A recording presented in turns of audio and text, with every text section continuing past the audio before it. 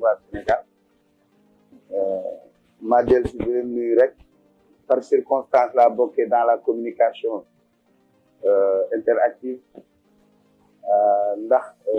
sama vidéo buñ génnee woon te yëguma ko donc ma mujj ñëwaat pour def benn précision sama idée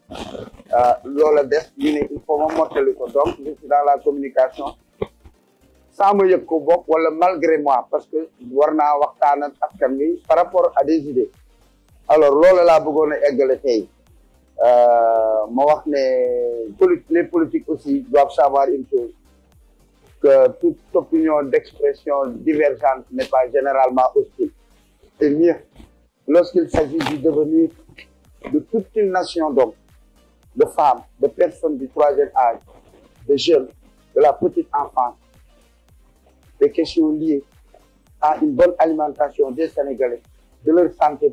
de leur éducation, de leur cadre de vie, et d'autres comme la pêche, l'agriculture, l'élevage, etc. Il est très normal que toutes les opinions soient écoutées. Et c'est dans ce sens-là que man ma am kàddu en tant que doomu réew mi maa war a wax nag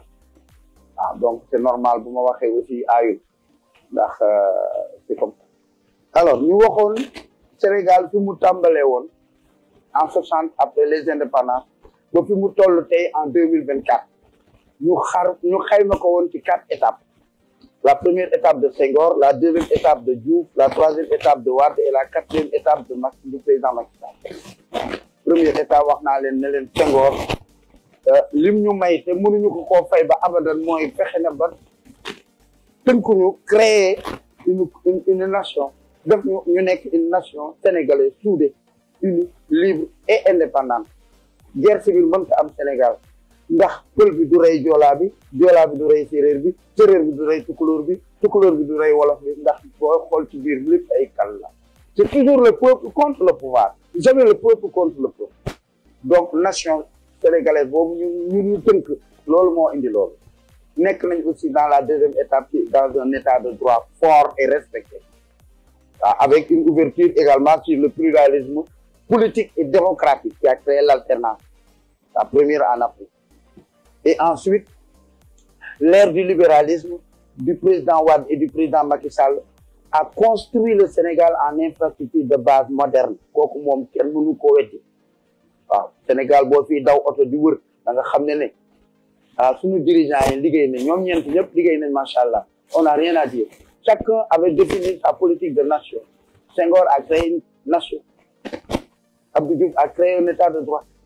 Abdoulaye Wade ne pouvait rien faire d'autre que de construire le Sénégal parce que le Sénégal dematuloon dikkutuloon en allant mu bàyyi ay chantiers inachevés. C'était normal que Macky Sall parachève les chantiers de Wade et prendre eggale ay chantiers moom ci boppam. Donc ñu ngi dugg ci cinquième étape ñu ngi toll ci Sénégal nekk dans la croisée des chemins maanaam ñaari yoon a taxaw ci kanamu Sénégal avec nag ay ñu bees loo xam ne nii Sénégal mosuñ ko tuddee te ñu ko koy tuddee donc muy ñaari yoon wi nga xam ne nii dañ koy nekk comme réew yu mos a am lu mel noonu fa ngay toll en tant que nation développée ñu jaar ci yoon woowu wala ñu jaar ci yeneen yoon yi nga xam ne nii nation yooyu dañoo échoué parce que am nañ potentialité yooyu mais utiliser wuñu ko niñ ko war a utiliser wala jaaruñu fi ñu war a jaar ba ñu nekk li ñu nekk tey jii donc di dund dans la résilience de vivre dans l'opulence car il y a des peuples qui vivent dans l'opulence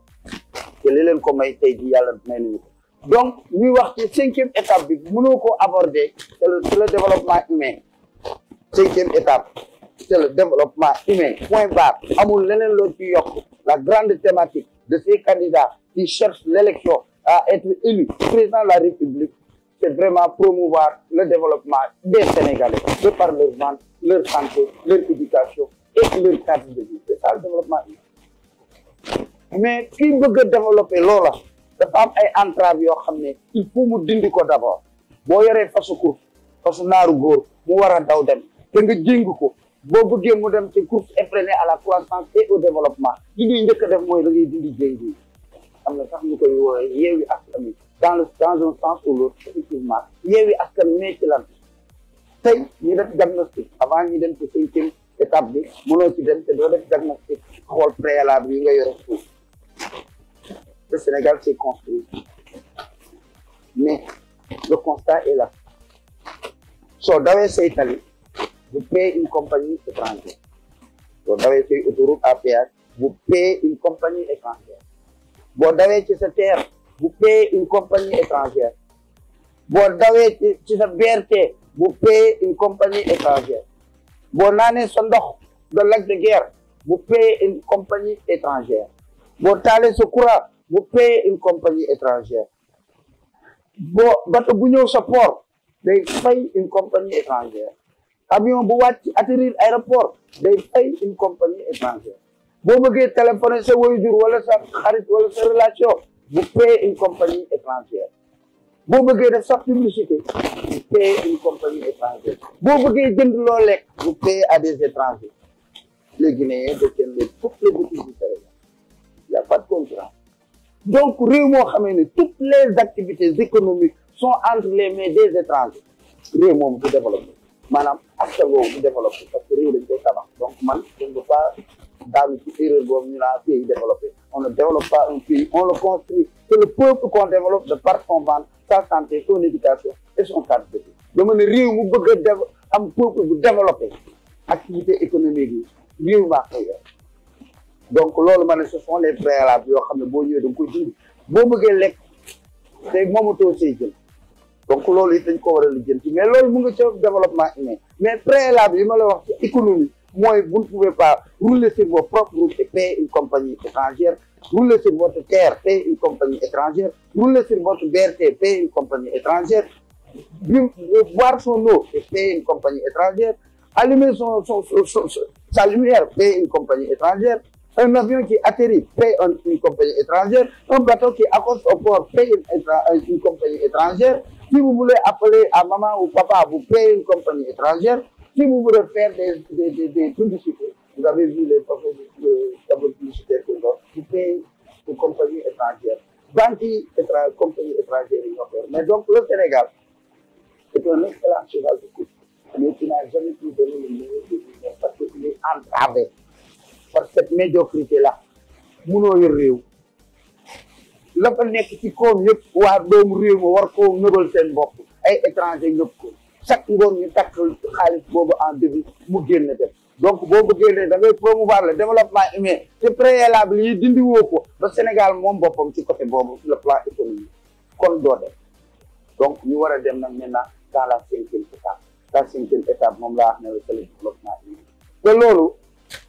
méthodologie appliquée yi wax yëpp loolu la wax daf ne la richesse d'une nation ce sont ses populations ce ne sont pas ses ressources gazières ni pétrolières ni minières ni halieutiques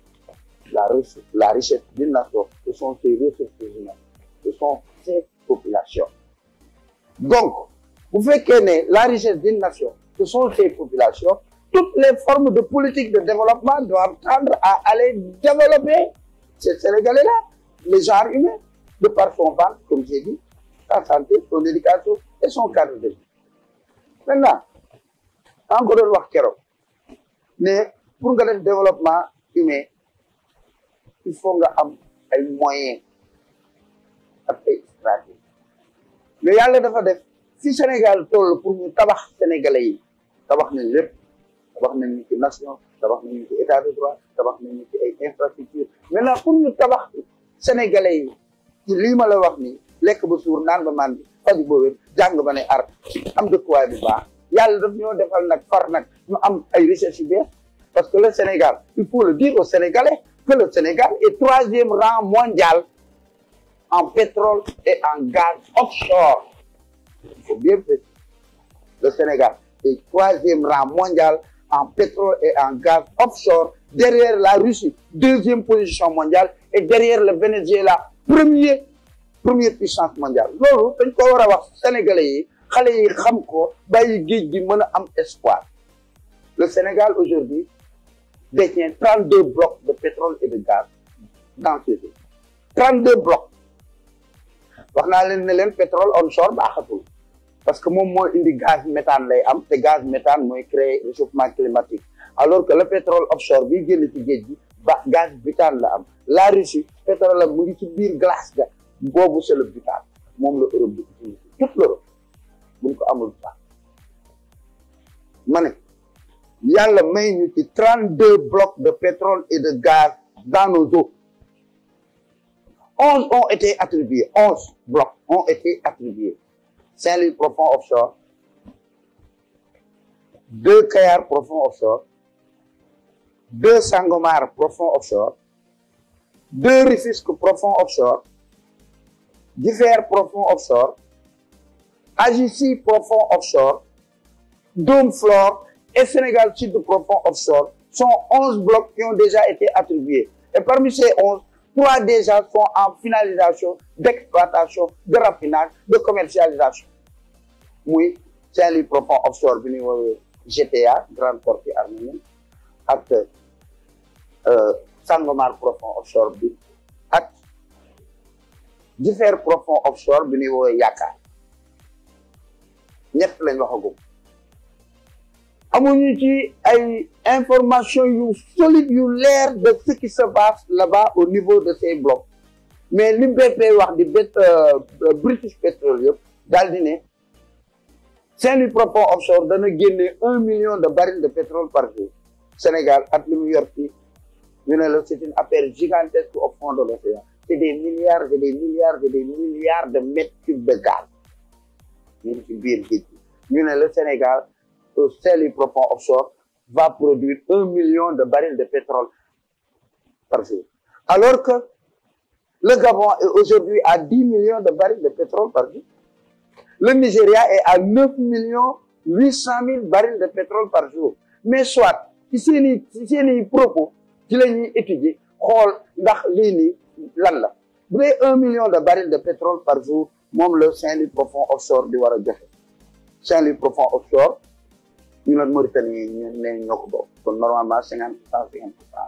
mais 1 million de barils de pétrole le baril de pétrole fait 159 litres brut pétrole brut à 159 litres 159 litres brut boo ko raffiné ça vous donne 74 litres de carburant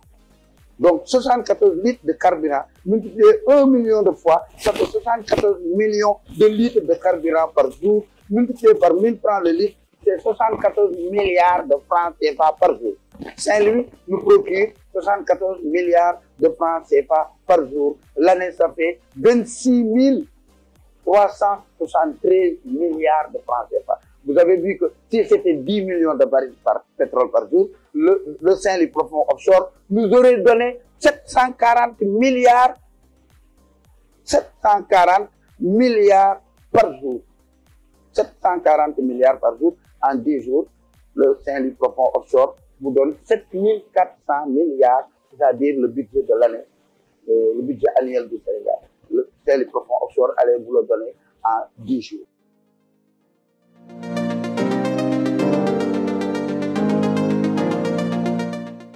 soit donc su fekkee ne dañu wax ne c'est 1 million de barils de pétrole par jour là-bas le Sénégal et la Mauritanie vont se partager 74 milliards par jour 74 milliards par jour vous allez à Sangomar on vous dit c'est 300 000 barils par jour 300 000 barils de gaz même pas 1 million il pouvait aller jusqu'à 5 peut-être que les années à venir ou bien les mois à venir, la vitesse de croisière va atteindre 5 millions, 7 millions, 10 millions. Yakar aussi, qui est Diffère profond offshore, nous attendons les données officielles pour savoir combien de barils ils vont sortir. Mais en tout cas, le développement humain est possible au Sénégal puisque Jeune Afrique elle-même dit que le Sénégal est le futur Eldorado du continent africain. Donc nous sommes prédestinés à aller vers l'avant. Mais dans le développement humain, si nous voulons conserver un peuple fort comme nous le sommes toujours, il va falloir qu'on fasse une politique de développement humain sur les Sénégalais. Sénégalais, dañu sonn li tax ñu sonn moo ne développement humain moo taxaw suñu amul développement humain 2024 2029 les Sénégalais vont disparaître et des étrangers vont occuper le Sénégal ça aussi il faut le voir waxuma pour xénophobie wala racisme wala dara suñu réew la kenn ku ne da nga am sa réew suñu réew ni ko suñu maam yi tabaxee pour ñun ñoo tax mu tabax ko bien vrai que le Sénégal est un pays d'ouverture mais d'enracinement dama wax ne Sénégal gi ñuy tabax nañ ko tabax ak sénégalais yi boo demee ci le développement humain ma waxaat ko léegi lekk ba suur naan ba mandi lañ wax soo ne lekk ba suur naan ba mandi donc c'est l'ordre prioritaire du budget national ak alal ji lañ ci njëkk war a njëkk a def mooy lekk ba suur naan ba mandi cette question là dañ ko war a régler mais boo régler question lekk ba suur naan ba mandi ceeb a ngi ci diwlin a ngi ci jën mu ngi ci boo demee rek sur l'analyse du plan national ceebu jën kilo ceeb 1000 francs c'est cher ñax rek la du dara ñun ñoo ko réel mais continent américain kenn lekku fa ceeb continent européen kenn lekku fa ceeb les arabes kenn lekkul ceeb asiatique yi ko créé woon sax lekkatuñu ko africains yi koy lekk te moomuñu ko bayuñu ko amuñu autosuffisance alimentaire maîtriser wuñu seen eau te lekkuñu ko faat nga jël ko def ko 1000 francs le kilo litre diwlin nga dem def ko 2000 francs maa ngi ko doon wax ci benn jour ma ne sénégalais yi ba ci candidat yi amu ci kenn ku mos a gis li ñuy defaree diwlin en grande quantité xamuñu ko donc boo xamul li fi problème mu sénégalais yi ne doo leen mën a dimbale ma wax ne téeméeri litre diwlin yu ne juróom-ñaar fukki litres yi c'est de l'eau de robinet léeg-léeg dañ ko doon seetlu mais léeg-léeg nga gis benn butéelu diwlin 1 litre d'huile boo xam ne mu ngi ci butéelam donc koy xool dafay weex tal ba xaw a niroon ndox lay gën a niru sax que lu mel ni diwlin niñ ko doon xamee dee leen ko seet c'est parce que téeméeri litre diwlin yu ne juróom-ñaar fukki litres yi c'est de l'eau de robinet téeméeri litre soow yu ne ñaata litres yi ñooy ndox téeméeri litre soow boo xamee ni ñuy woyee la soow téeméeri litre soow yu ne ñaata litres yaay ndox xam nga bari na ndox ma waa téeméeri litre huile de palme d'huile de palme téeméeri litre huile de palme yu ne ñaata litres ya ñooy ndox boo xamee ni ñuy defaree huile de palme nga xam ne ay coque la yu am peau boo xam dafa xonq ñu di ko ci jàmb ci ndox mi nii ba mu mel ni mu war a mel donc téeméeri litre huile de palme yu ne ñaata litres yi ñooy ndox et téeméeri litre huile d'arachide yu ne ñaata litres yi ñooy ndox 70 litres yi lan moo tax ñuy arnaquer le peuple sénégalais ci diwlin ak ceeb te ñu moom seen alal nekk un peuple boo xam ne seen réew dafa riche nga bëgg ñoo jiite di ñu ñaan di ñu dagaan di ñu saraxu pour ñu wooteel la nga jiite ñu te yow mënoo ñoo fajal suñuy aajo mooy le développement des sénégalais yi soxlaatuñuy tali yu bari soxlaatuñu dara Macky Sall tabax na Sénégal ba mu baax à travers son plan Sénégal émergent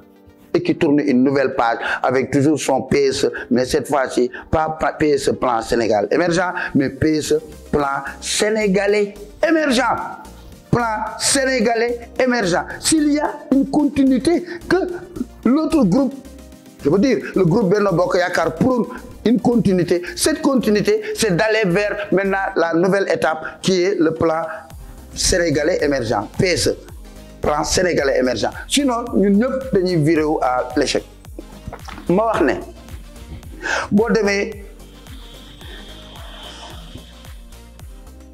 boo demee ci santé parce que fii du ma wax kilo ceeb bi ñaar fukki dërëm nan lañ ko mën a defee de nii du ma ko sànni nii bëgg naa ko wax mais il faut ma xool kan laa koy wax. Parce que problème yu bari yoo xam ne ni les Sénégalais eux-mêmes peuvent trouver les solutions. Il suffit simplement de créer une tradition de concertation, de discussion et d'analyse afin que nous-mêmes, par nous-mêmes, nous puissions percevoir, identifier et situer toutes les procédures et les moyens qui nous permettraient de le faire. Moo tax mënuma tëb sànni ko noonu mais je sais bel et bien que le kilo de riz peut coûter 100 francs. Ça, on en reparlera. Le litre d'huile peut coûter 400 francs. Le genn litre bi 200 francs. Ak njaboot bu ne famille bu ne boo xëyee am nga ñeent fukki dërëm yoo mën a jënde diwlin lakk ceeb bi xale yi lekk màgg mën a ci yor réew mi. C'est ça aussi l'objectif final de tout développement humain. Ma ne boo demee ci santé bi dañu wax ne la politique de la santé doit tendre à aller vers la gratuité. Am na réew yoo xam ne da ngay dugg ñu faj la ba nga wér nga génn ñibbi même bu fekkee ne sax dañ la fay hospitaliser dañ lay téye faj la jox lay garab ba nga wér nga ñibbi parce que politique de santé boo gis ñu koy wax ci àddina bi c'est pour aller maintenant à cette finalité de la gratuité de la santé tey sunu santé bi dafa sooxe maladies yi dañoo bari depuis 2019 maladies yi dañoo bari ma ne depuis 2019 ci Covid bi ba léegi maladies yi dañoo bari Sénégal loolu il faut le dire c'est un constat on ne peut pas nous empêcher de constater et de dire ce que nous constatons dama ne depuis sunu ndox mi bi ko compagnie étrangère yi yoree ba léegi sénégalais yi dañoo feebar ça c'est un constat des sénégalais et il faut le dire ma wax ne bu fekkee ne da nga feebar nga dem hôpital je prends un exemple l'hôpital principal qui est un hôpital public qui nous appartient kenn moomu ko hôpital bi moo ñu mag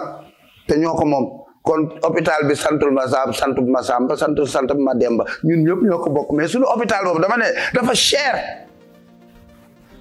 parce que benn lal yaa ngi ciy fay 75 000 francs par jour